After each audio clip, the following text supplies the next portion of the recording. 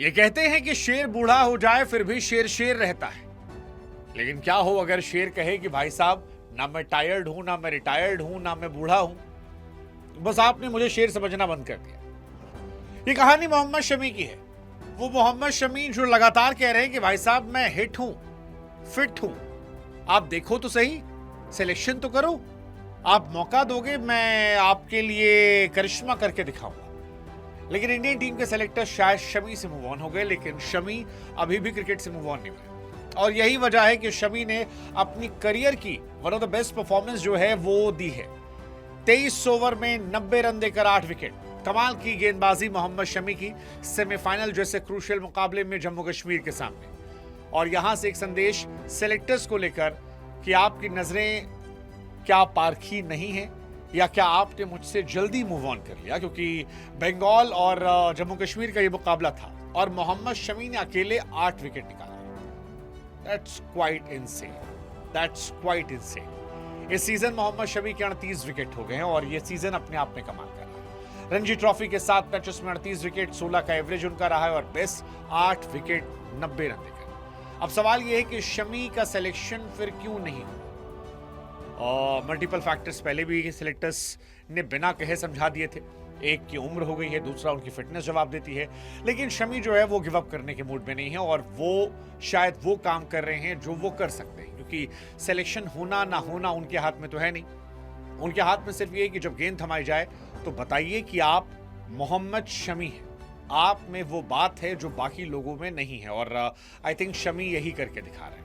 National selection committee Shami को ignore कर रही है, लेकिन शमी अपनी परफॉर्मेंस से उस इग्नोरेंस पर कह रहे हैं कि एडिट करके तूने मेरा मीम बनाया, मेहनत करके भाई अपना ड्रीम बनाना है। वो बार बार कोशिश कर रहे हैं कि कहीं भी कोशिश रंग ले आए, टेस्ट टीम में कि सिलेक्शन हो जाए।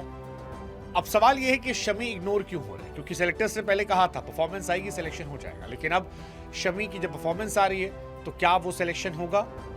पता नहीं सिलेक्शन होगा नहीं होगा, लेकिन इज्जत जरूर कमा रहे हैं, क्योंकि बंगाल टीम ने मोहम्मद शमी को स्टैंडिंग ओवेशन दिया था और ये बहुत कमाल था। सेमीफाइनल में 22 ओवर में 8 विकेट निकालना, 38 विकेट यहां निकालना, 16 विकेट सैयद मुश्ताक अली, 15 विकेट जो है विजय हजारे में, 67 विकेट एक डोमेस्टिक सीजन में। शमी अपनी साइड से सब कुछ कर रहे हैं। कई लोगों की थ्योरी ये थी कि मोहम्मद शमी फिट नहीं है।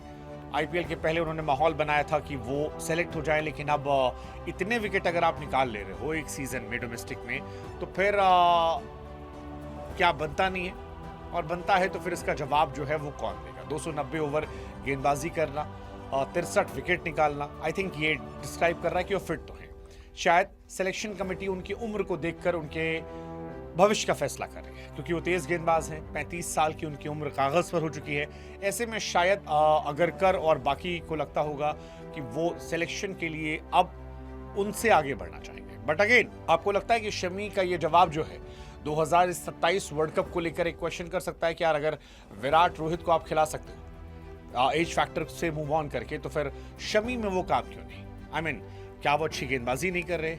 क्या विकेट नहीं निकाल रहे, इंपैक्टफुल नहीं है? और अगर सब कुछ है तो सिर्फ उम्र देखकर क्यों उनका सिलेक्शन नहीं हो रहा है? क्योंकि बाकी सारे क्राइटेरिया में तो वो क्लैरिटी ला रहे हैं। जिमी एंडरसन 41 साल तक खेल कर आए थे, स्टुअर्ट ब्रॉड 37 साल तक खेल कर आए थे, मिचेल स्टार्क जो हैं वो अभी भी लगातार इंपैक्टफुल हैं, लेकिन शमी इनमें से कईयों से बेहतर रहे हैं और लंबे समय से वर्ल्ड क्रिकेट में इंपैक्ट दर्शाया, उसके बाद सिलेक्शन ना होना।